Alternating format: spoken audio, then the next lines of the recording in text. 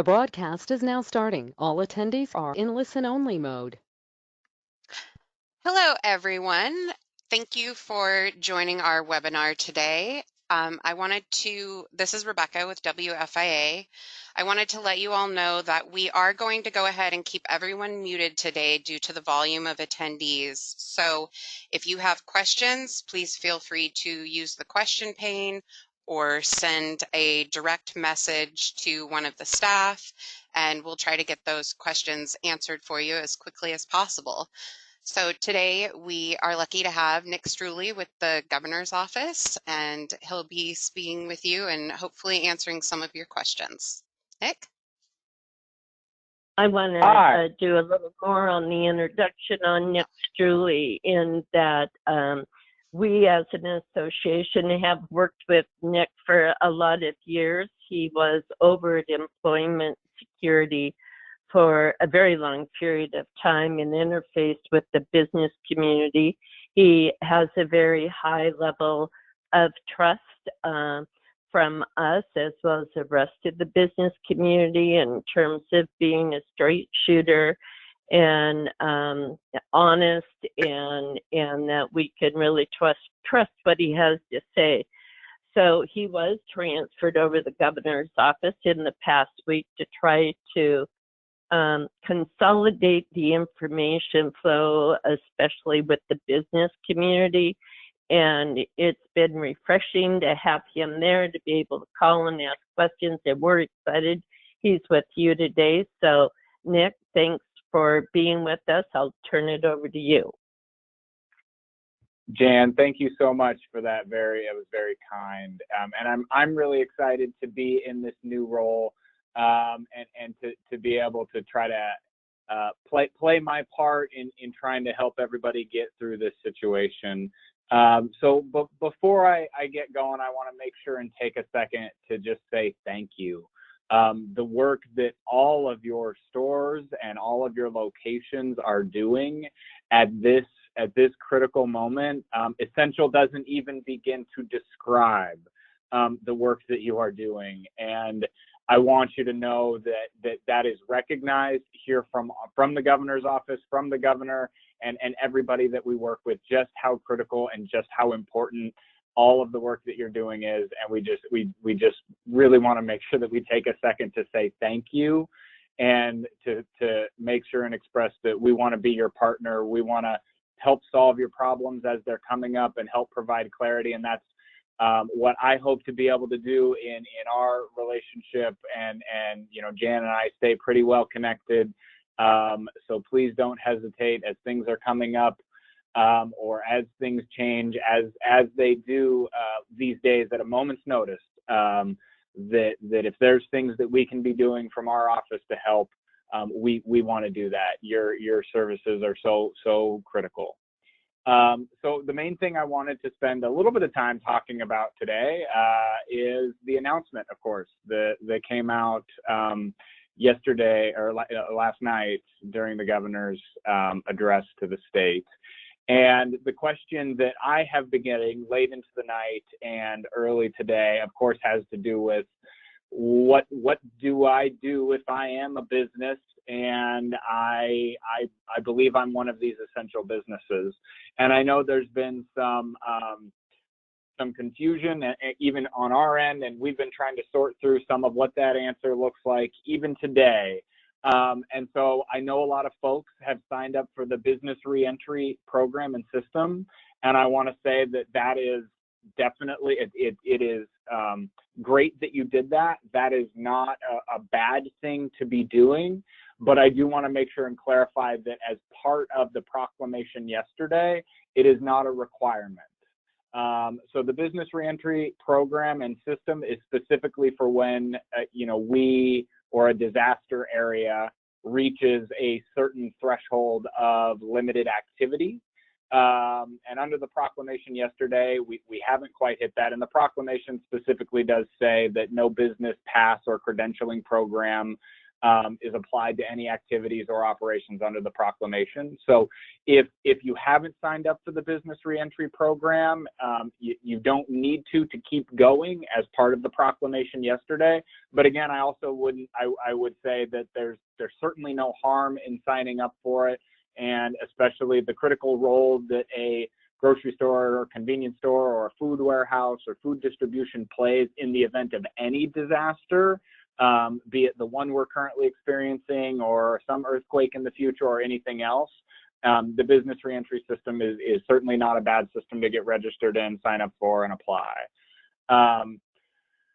So I think that, for your industry in particular, I think that hopefully the document was pretty clear in terms of what is an essential service, and I think the majority of the folks on this call would be able to see themselves in that document. We believe the food supply and the food supply chain, of course, is now more important than ever.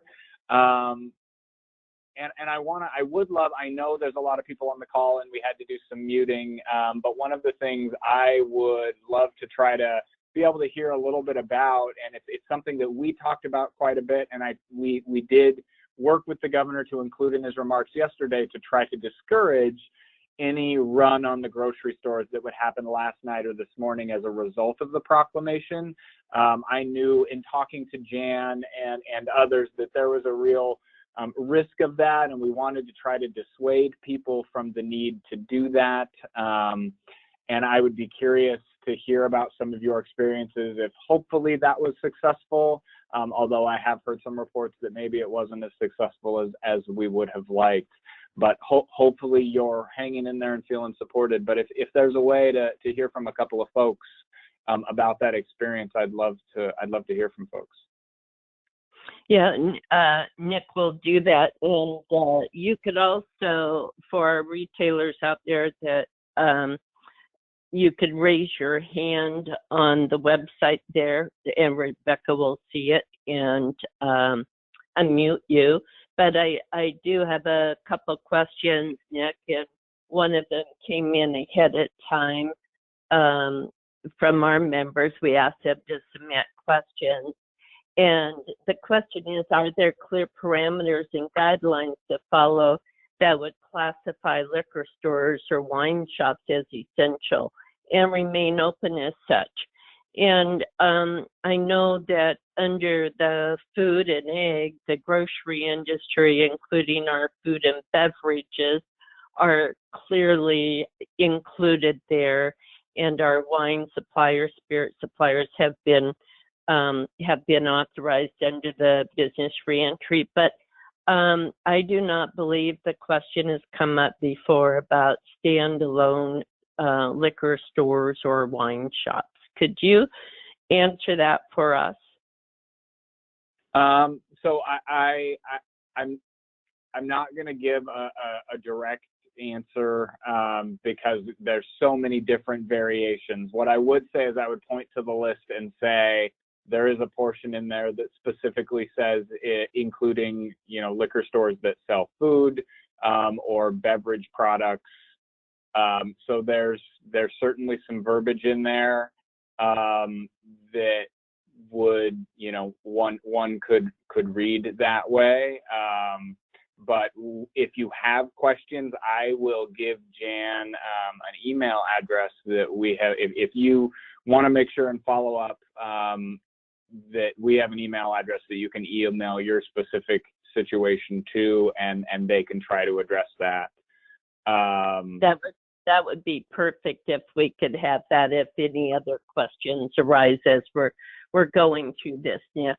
And the other question, if I excuse me, could clarify before Rebecca sees if we've got some members with their hands open.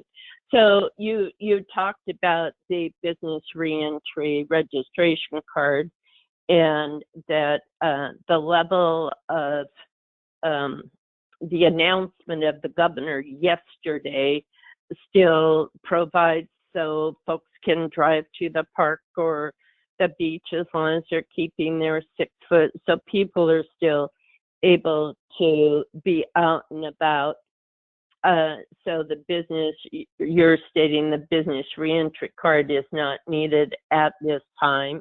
Only if we go to the maximum elevation of nobody should be out of their homes or the earthquake type situation. But so is that because we really do need the clear understanding of at what point under COVID-19 that this would be necessary, since we've had different direction this week.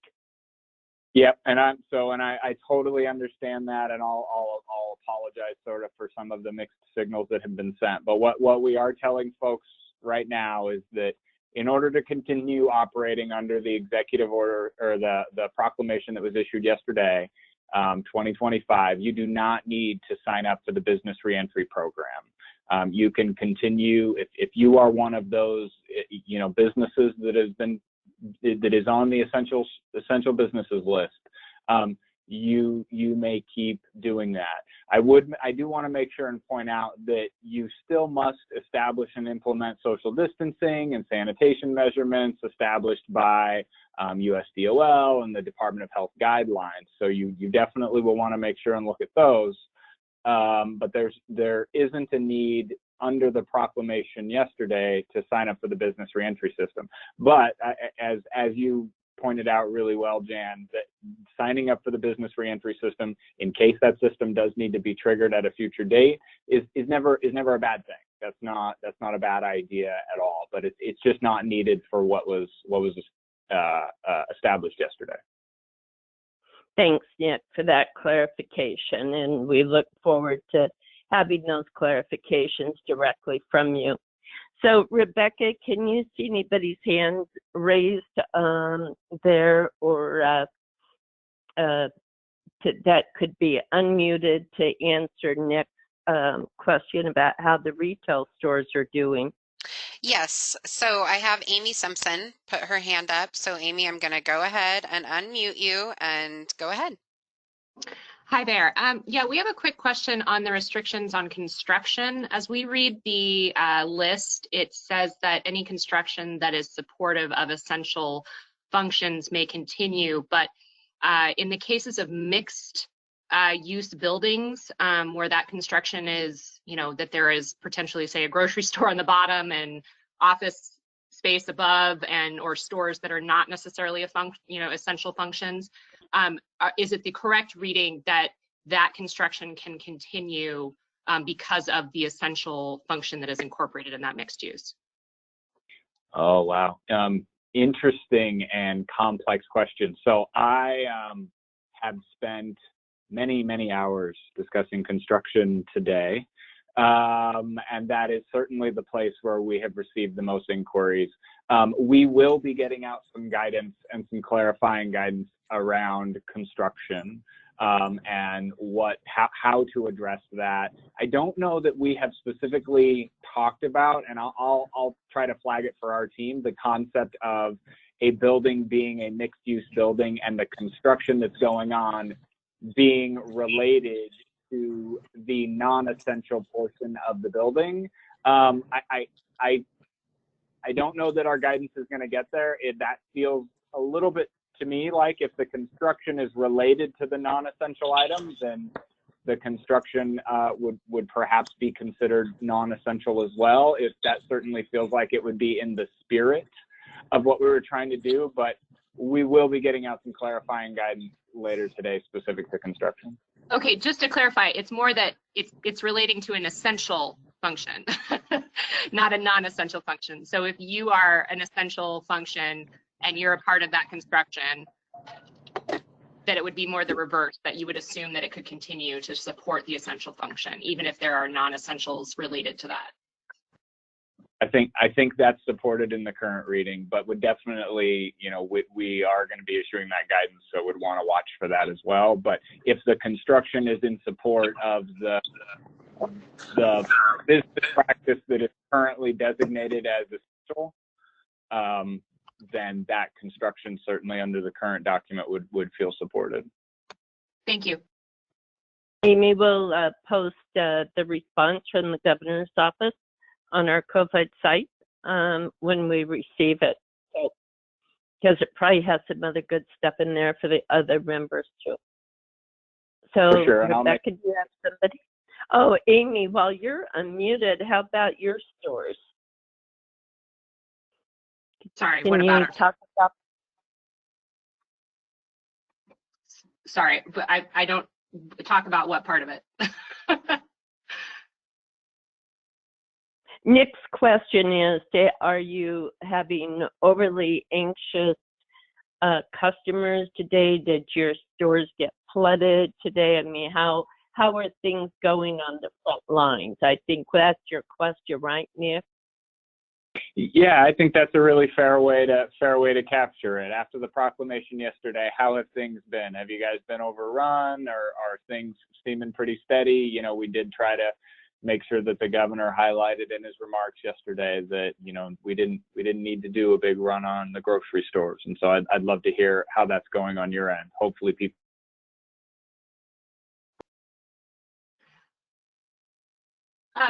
Can I get you to unmute Brenna Davis, because I think she would have access to the information that you're seeking on that. Yes. We have that. Okay, Brenna. And Nick. Hi, everyone. First of all, thank you so much, Nick, for being on the call, and thank you to WFA for organizing this. My name is Brenna Davis. I'm the VP of Social and Environmental Responsibility at PCC, and I'm leading a lot of the governmental outreach related to this emergency. I really appreciated what the governor said of not creating a run at stores. And, you know, one piece of feedback was, you know, he seems to have a lot of confidence in the supply chain. I will note that we are starting to see a lot of kind of indicators of restrictions in the supply chain. From one of our distributors, we're getting 50% of the orders that we've made. So essentially, they're able to deliver 50% of the demand in our stores. So I would flag that as an issue. The other thing I'll say, in the stores, we've implemented social distancing and been able to comply with the orders that are being created. I will say that at some point, though, grocers are going to need additional assistance because we are a 2% margin business typically, and with the additional expense of, you know, all of the requirements that are coming down for us to operate, I would say that it would be helpful if the state would consider providing some assistance to us. But inside the stores, you know, we continue to be busy. We've closed down the hot bar and the cold bar, so that's a piece of revenue that's taken out. But the general sort of order of things is that shoppers are nervous.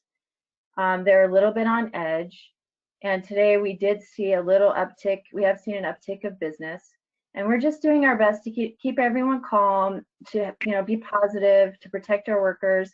And at the same time, really acknowledging that it's a challenging operating environment for us. Yeah, no, I think that makes a lot of sense, and I hear you about, you know, the needs for supports, and you've certainly some portions of your businesses have lost revenue, and you've had to have some new operating costs. So let's definitely keep that conversation ongoing. You know, right now we are, as you would imagine, very focused on the public health aspects and doing what we can with the resources we have. But I know from an economic standpoint, that is on our minds as well, and how we can make sure that we're supporting businesses that are keeping us all going is something we have ongoing conversations about. Great. And just one other quick bug, if I could put in your ear, and then I'll mute myself, is that one other challenge is that our workers don't have priority access to COVID testing. I know there's EMS workers that are being prioritized and hospital workers are being prioritized, and I'm so grateful for that.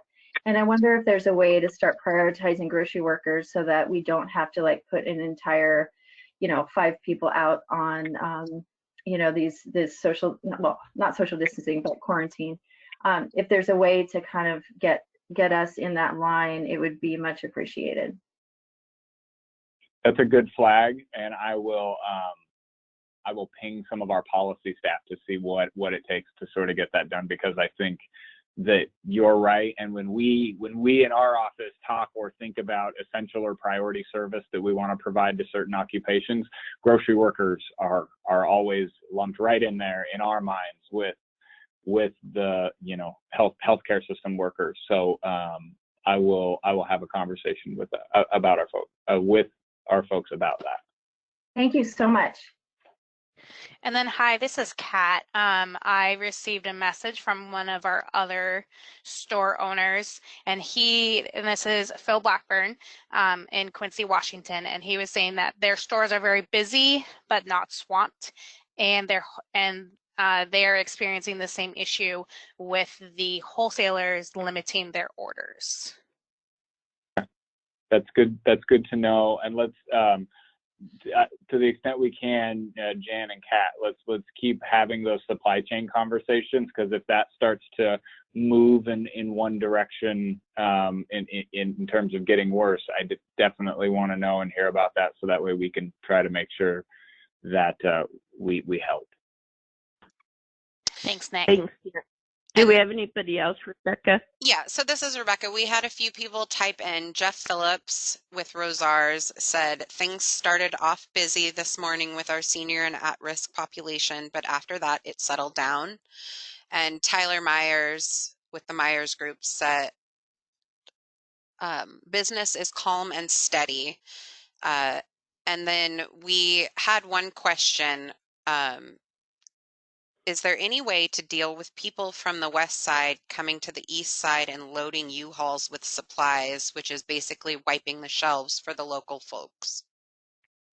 Whoa. Yeah.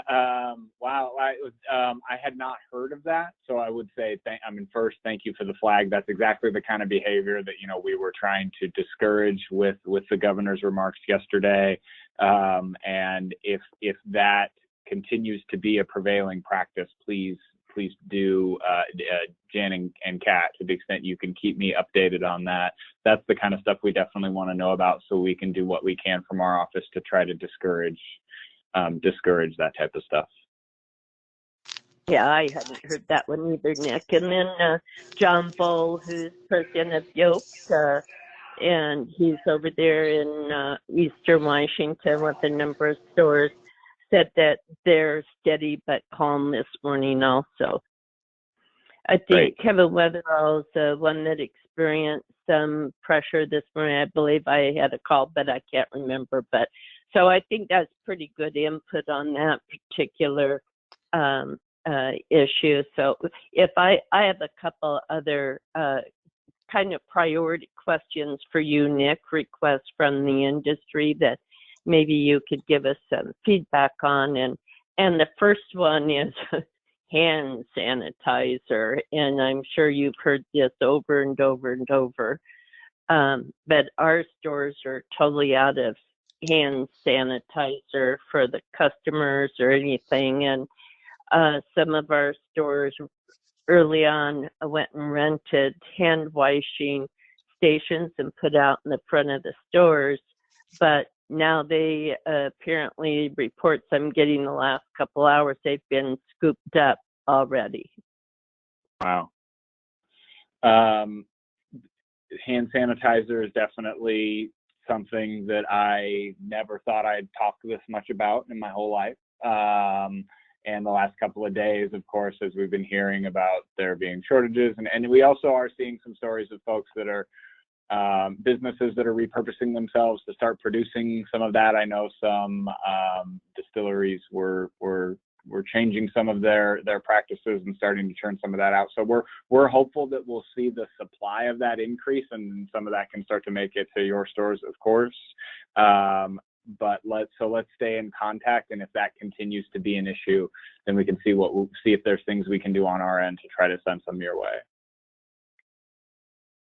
Thank you.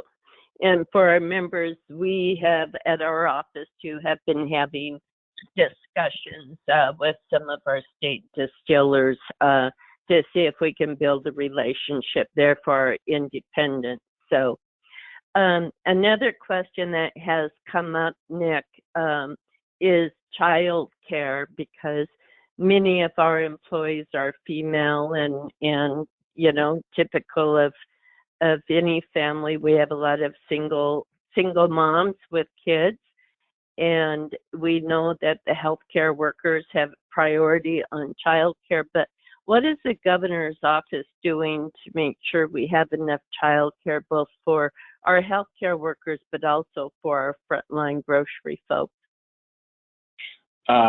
So it's a good flag, and I would actually give a lot of the same answer. I'll say we are having a lot of childcare conversations. Matter of fact, I've got to jump off this call in just a minute to hop on another one about childcare here in just a minute. But what I will say is that when we are talking about, and I think you'll see a little bit more from us on childcare this week. But when we talk about the priority slots being given to those essential workers, for us, included in that list among healthcare workers are grocery store workers. So that is one of the groups we absolutely see as being one that should receive a priority slot when it comes to childcare. Now, some of the struggles that exist in the childcare system delivery is that it is largely community-based, and you know, the state is not necessarily a child care provider, but is more of a child care overseer. So, you know, we are trying to work within that network to make sure that people, you know, understand how we view that particular piece, that you know, grocery store workers are a priority for slots as well. And also try to do things to increase the child care supply and capacity. It's been a little bit of a moving target because, as you would imagine, as we, you know, as we issue proclamations similar to the one that we did yesterday, that changes the demand on the child care, you know, network. In addition, just the guidelines about what is a safe child care practice has had some impacts as well. So it is a bit of a moving target, but for our intents and purposes, grocery store workers definitely land on that list of folks who should get a priority slot. Well, thank you, Nick. And I know you've got another call or meeting to run to, and we appreciate your time so very much. And we do this weekly at the same time, and we would certainly appreciate it if your calendar allows that you would join us each week and give us an update, and also let us know as an industry what we can do to support our state and the governor. Wonderful. Well, I would end largely the same way that I began, with just an enormous thank you from us here in our office. You are keeping us all going, and you know, we cannot share enough appreciation. And like I said, essential doesn't even begin to describe it. And to the extent that I can come back on some of these calls in the future, I'd absolutely love to join and keep you guys as informed as possible. And of course, in between these calls, I'll stay connected with Jan and Kat and Tammy. Thank you very much, Nick. Wonderful. Appreciate Thanks, everybody. Okay. Bye-bye. Bye. So we're going to move to some other questions. You've submitted some other things that have developed, but I think the biggest shock to us in the last 48 hours was this whole issue of the business re-entry registration cards, and the tiny fine print that 3 different stories were coming from Emergency Management Division, the Department of Commerce, and the governor's office, was if we had to trigger that or not yesterday. And because the governor left that window open, that all travel is not restricted, that people are still able to, like I said, go to the park, go, you know, to the beach, that type of thing, you know, that is not an outright ban on traveling, and it's only at the point that only critical infrastructure is allowed on the roads, that you are going to have those in your hand. And I was certainly feeling very unhappy this morning with the mixed messaging, and that was Nick has promised that he will be the central point of that information, and it will be the final word because he is in the governor's office, and so it will make sure any future messaging will be cleared and will be coming directly from the governor's office. If you all saw anyway that the Emergency Management Division website has crashed. So they just got way overloaded and it has crashed. So when it is operating again, we're going to continue to encourage you all to have that in place, because if the governor has to elevate us to another level, there's not much left. So that will be the level that you'll need to have that. They did modify their requirements, and Tammy, I know, posted the model kind of letter up on our website that you could, because you're over 500 employees, that you could do this letter and just hand out to your employees. But again, as the governor's office clarified this morning, it's only if he moves us up to another level of restriction. Are there any questions about that that Rebecca can unmute you, or that you've typed in before we move to the whole 6-foot socialization issue? You've already answered any questions that were there about the business plan specifically. Okay, great. This is Tammy. Could I add one thing? Oh, you are in. Okay, Tammy, yeah, please. Yes, do. finally. I would. Vice President of the association. Yes, hi, thank you. So what I would add is, although this is, somewhat voluntary at this point, it's really important to be working on this. And as part of this plan, you have to have a business continuity plan. And, I think we've been lucky that this has been somewhat gradual and allowed us to prepare a little bit more. But this is something that you should have ready in any emergency situation. And so, by working on this and getting that done, that's huge. And if you need help with either the continuity plan or the application, please let us know. The process works pretty well. So that's all I wanted to add. Thank you. Thanks, Tammy.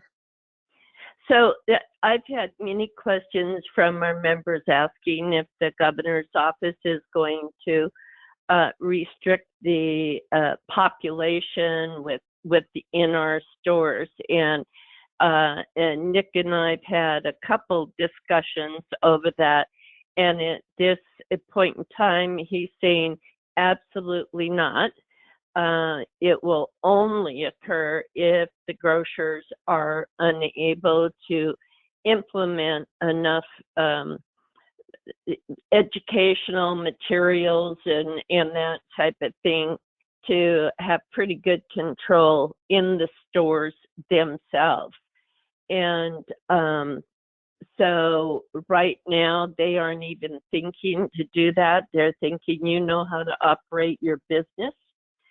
If we were to ever move to that level, we would work with the governor's office not to do a limit of X number of people. We would be looking more at square footage, because there's a huge difference between a 10,000 square foot store and a 50,000 square foot store. So, but that is not on the table right now.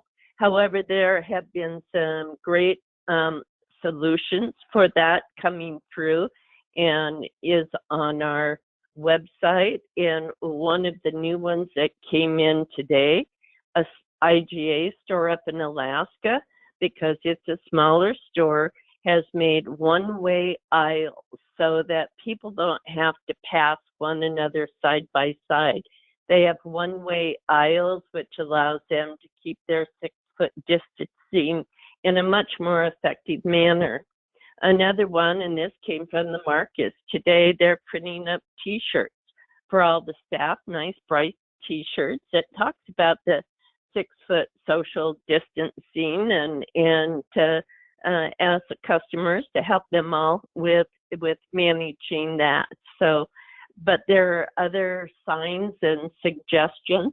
Is there anybody else that would like to raise their hand or type in a suggestion, unmute you, that you could give any further input on the 6-foot social distancing so that we can keep control of our own stores? Rebecca, do you see anything? I'm looking through it now, but I have more than 100 names to scroll down here, so it's taking me just a second. We have that many questions?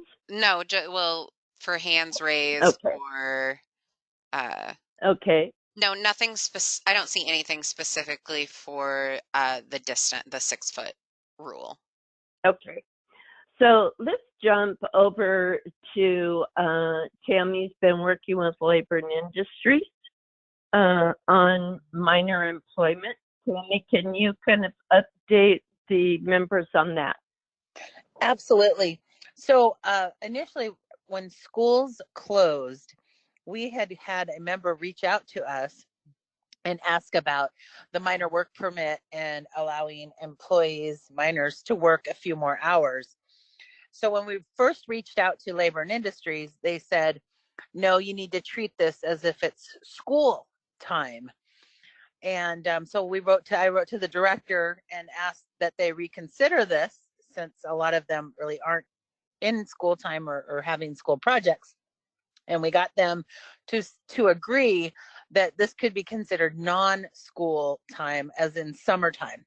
So we've put some stuff on our website that shows you what you need to do. You need to get the summer minor work permit waiver signed. But other than that, you can extend those hours now for those minors for some of the needs that you have. So we got some good news on that. Thanks, Tammy. And in addition to that, Employment Security called us over the weekend, and they are trying to match the restaurant workers and other available laid off workers with the grocery industry, since we are the ones that seem to be growing.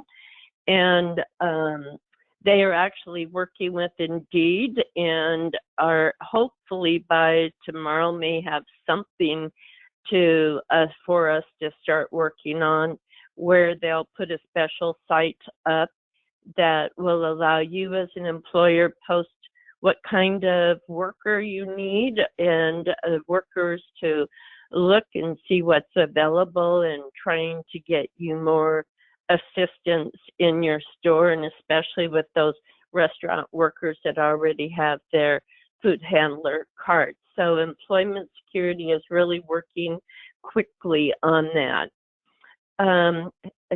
The other thing I wanted, and Kat Holm, our legal counsel, director of legislative affairs, is on the phone. We've had a lot of pressure the industry nationally on price gouging, and many states have price gouging laws. Ours do not. So we decided to be proactive, and so Kat's our lead on that. Kat, you want to give our members an update and what you would like to see them do if they have an experience of price gouging?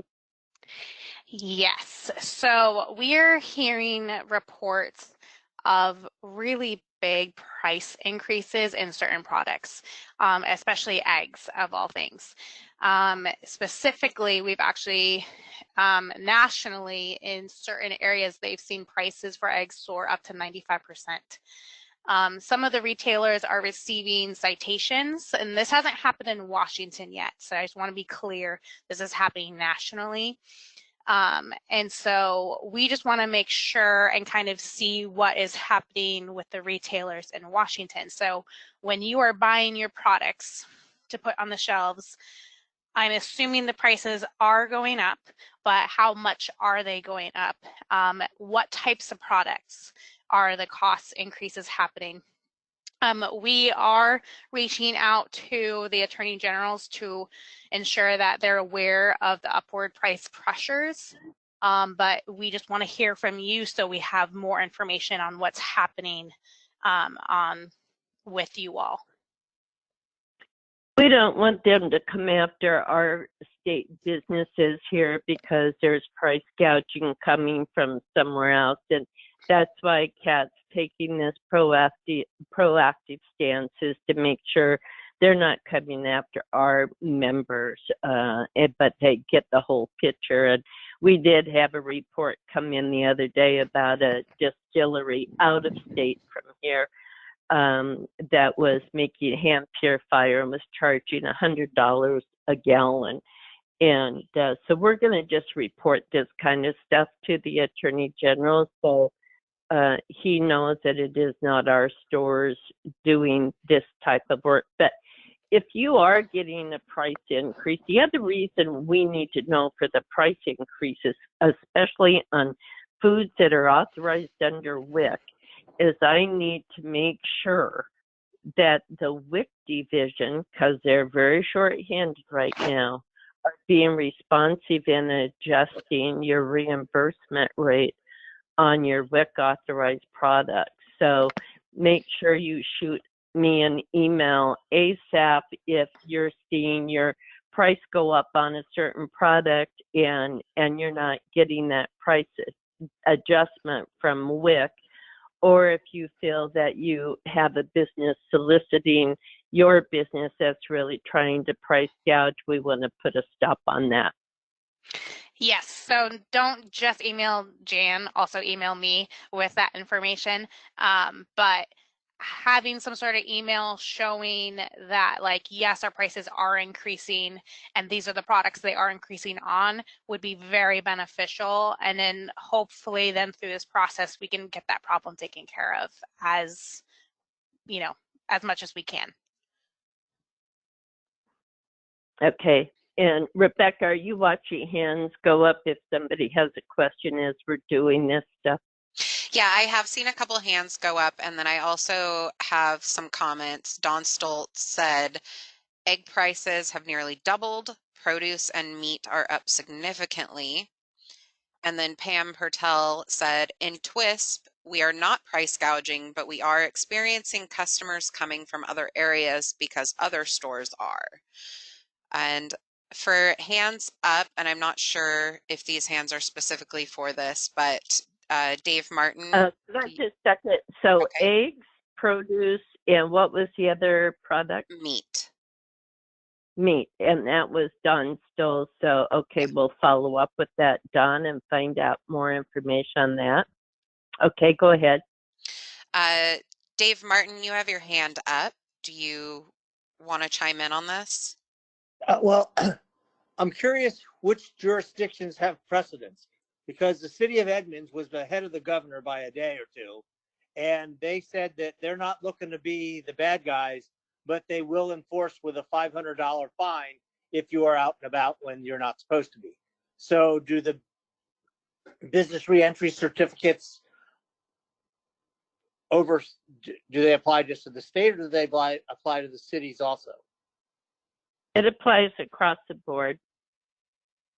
Okay, so where you have Edmonds that has the order in place, do those, the governor said didn't address whether we need it or not, but the city of Edmonds, it would appear that we do. If there is what Nick was trying to explain today is if there's an outright ban on anybody leaving their home, except for essential businesses and their workers, that's when you're going to need it. So we will have to check to see if the governor's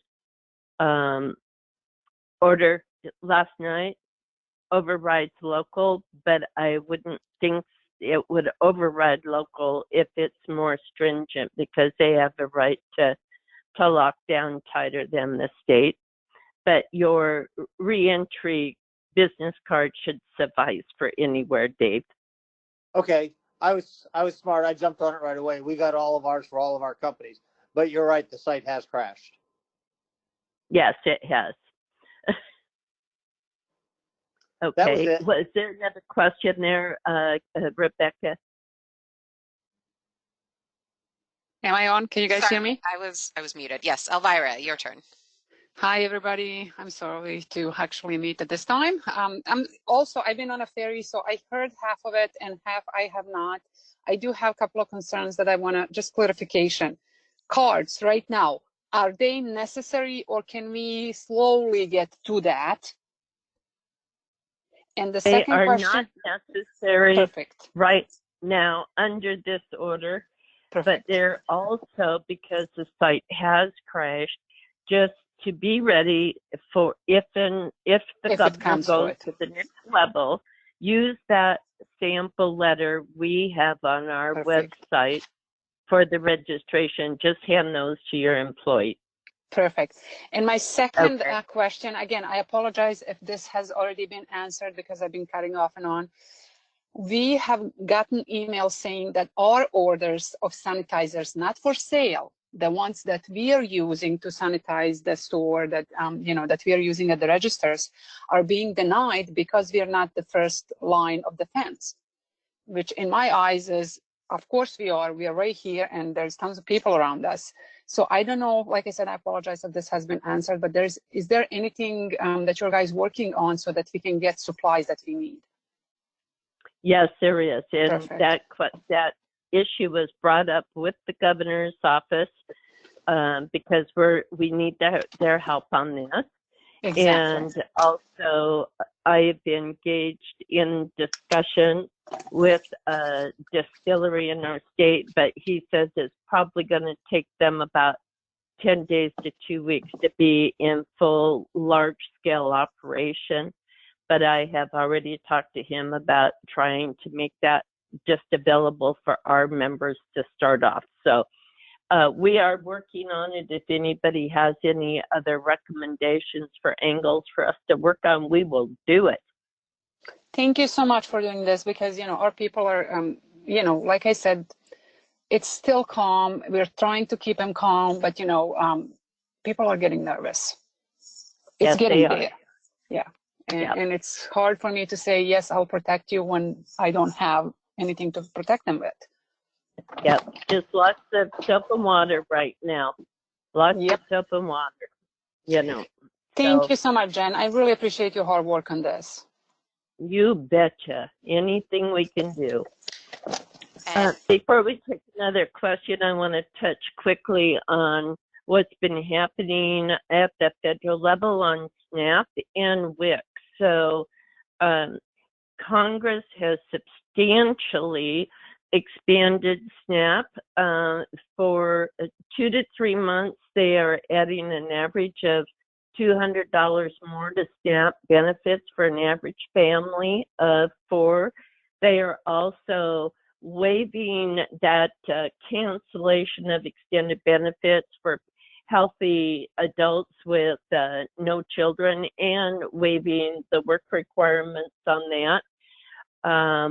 And those benefits are in the hands of our state. I was in discussion Monday morning with the director of SNAP, and they are working on it now, and they're going to directly involve us here. In fact, I expect that I will hear something by the end of the day or tomorrow on how they're going to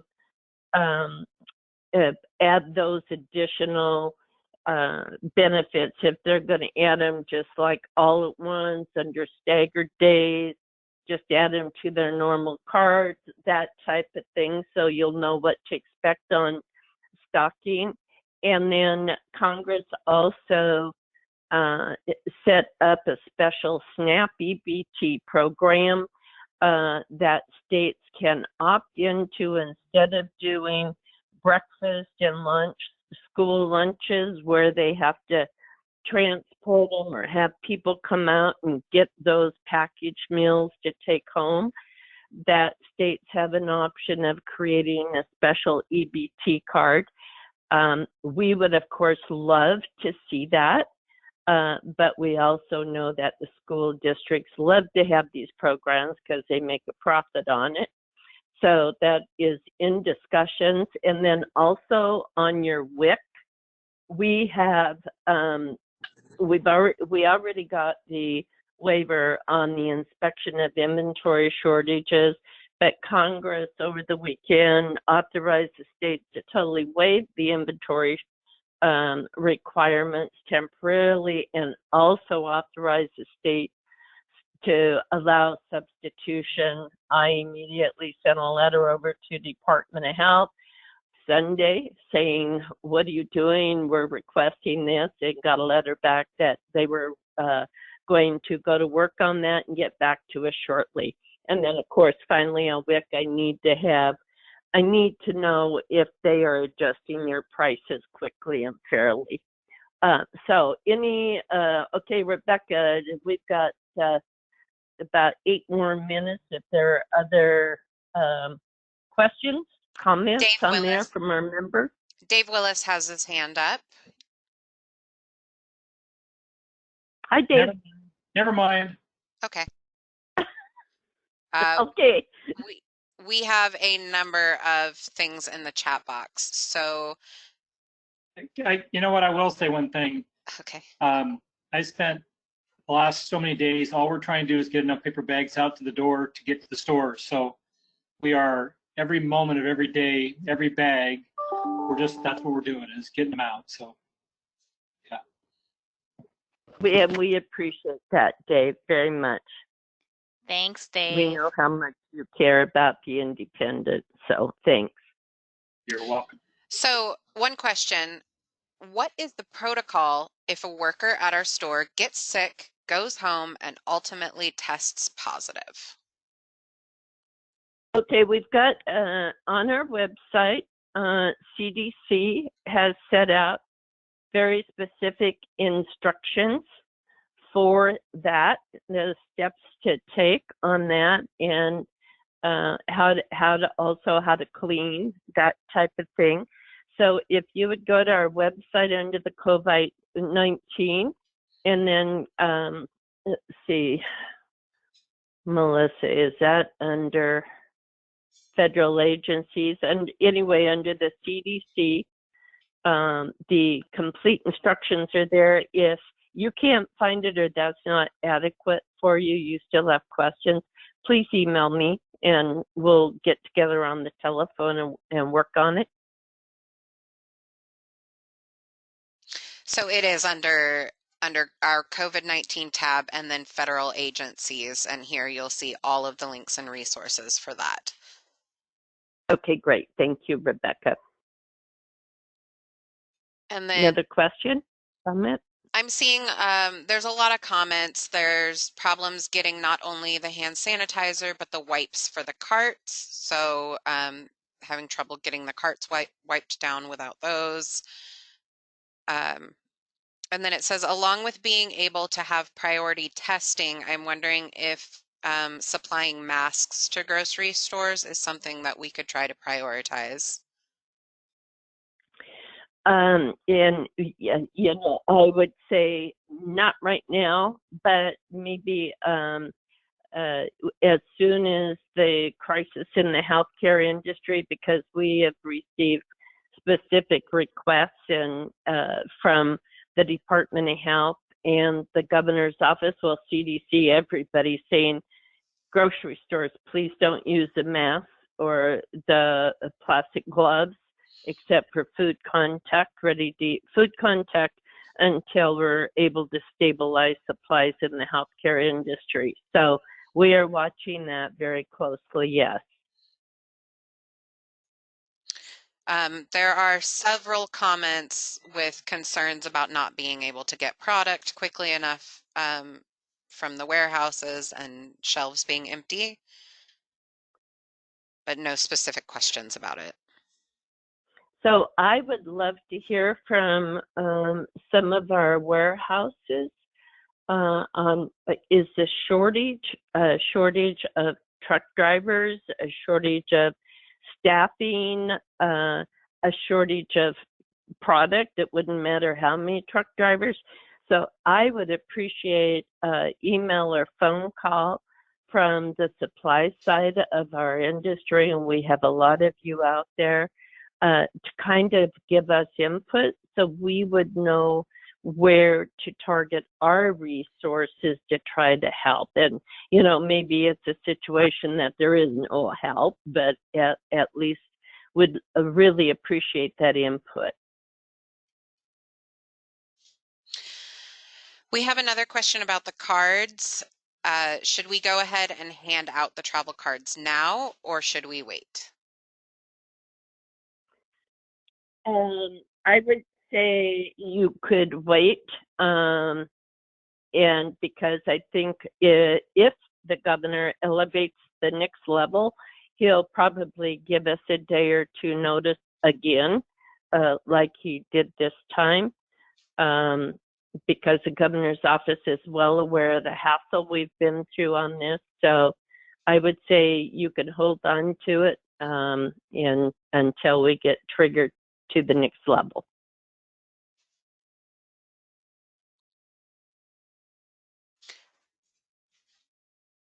I'm seeing there's also problems with people coming from the west side to do major shopping on the east side in TWISP as well as. Wow. Okay. So that is a problem in other places. No other questions in our question box. I have a quick question about that. So people who are coming from the west side, are they mostly going towards like Allensburg, Quincy areas, or is it like kind of hitting east side in general? So like, are they going to Yakima, Wenatchee? Has our Spokane and border stores experienced issues from other states? Like that would be kind of interesting as well if you all have that information, or at least have seen that happen in your stores. So as we wait for people to put their hands up about that, Don Stolz has his hand up. Yeah, sorry, I had a question about the reusable bags and the plastic bag bans. Are those being waived anywhere? Because I've certainly had cashiers coming forward saying they don't want to be touching people's bags right now. Hi. Stop that. So yes, the big grocers, and I've been sending letters out to different local jurisdictions asking for them to temporarily halt the plastic bag bans, because at this point, we've heard from our distributors that we're running out of paper bags and the 2.25 mil. And so it is at this point, we are encouraging, if people want to bring their own reusable bag, that they then have to bag their own bags. And in stores, we would prefer that they use plastic and paper at this point.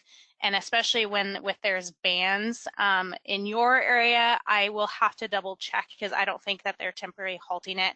But I know for sure Kent and Issaquah have. Seattle also has temporarily halted their bag ban policies until this crisis is over. And so I will double check for Tacoma, Gig Harbor area, and then for the other cities and counties where we have bag bans to kind of figure out where we're at. But yes, the short answer is yes, most cities are not enforcing the bag bans right now because of the virus. It'd be Kitsap County that I'd be interested in. Okay, Kitsap County, yes, I will double check with them. Well, let me add one. We're seeing. Go ahead. We're seeing jurisdictions starting new seasons in Portland where the concern is about the virus being on someone that brings a bag back in, and there's not allowing in certain places a bag to be brought into the store from outside to be used to bag their own groceries. So that's starting to pop up. And we've seen that in other states. A lot of studies are flying right now about if they're safe to be in the stores. Here's my bottom line, guys. I don't care what the locals are requiring right now. You need to do what you need to do. If you're short of bags and you have to go to Film Bags, go to it. Just make sure you take the bag fee off. That was the one area we got a complaint about is that you're still charging the bag fee. Take the bag fee off your registers. Do what you guys have to do to keep your employees happy and healthy, and whatever stock you can get. And Kat will continue to work with the locals, but you know, just do what you need to do and not worry about these reusable bags right now, because there's too much conflicting research coming out if they are or they aren't. So, you know, I don't usually say break the law, but this time I'm saying do what you got to do. Will you be posting a list of the jurisdictions that have waived this on your website? I am more than happy to do that. Government. Yeah. On the local government box is. Yeah. That would be really, really helpful. Thank you. Yep. Thank you. Tyler Myers has his hand up about this. Okay, but we are coming up on 3:30, but go ahead, Tyler. No, I don't have my hand up. Sorry. Oh. I didn't mean to. Sorry. Okay.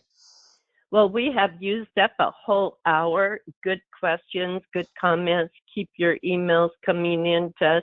We'll put Kat's email up on our site for gouging, price gouging, if you have any reports, and just me if you have general comments or questions. And we appreciate you so much taking the time out of your day.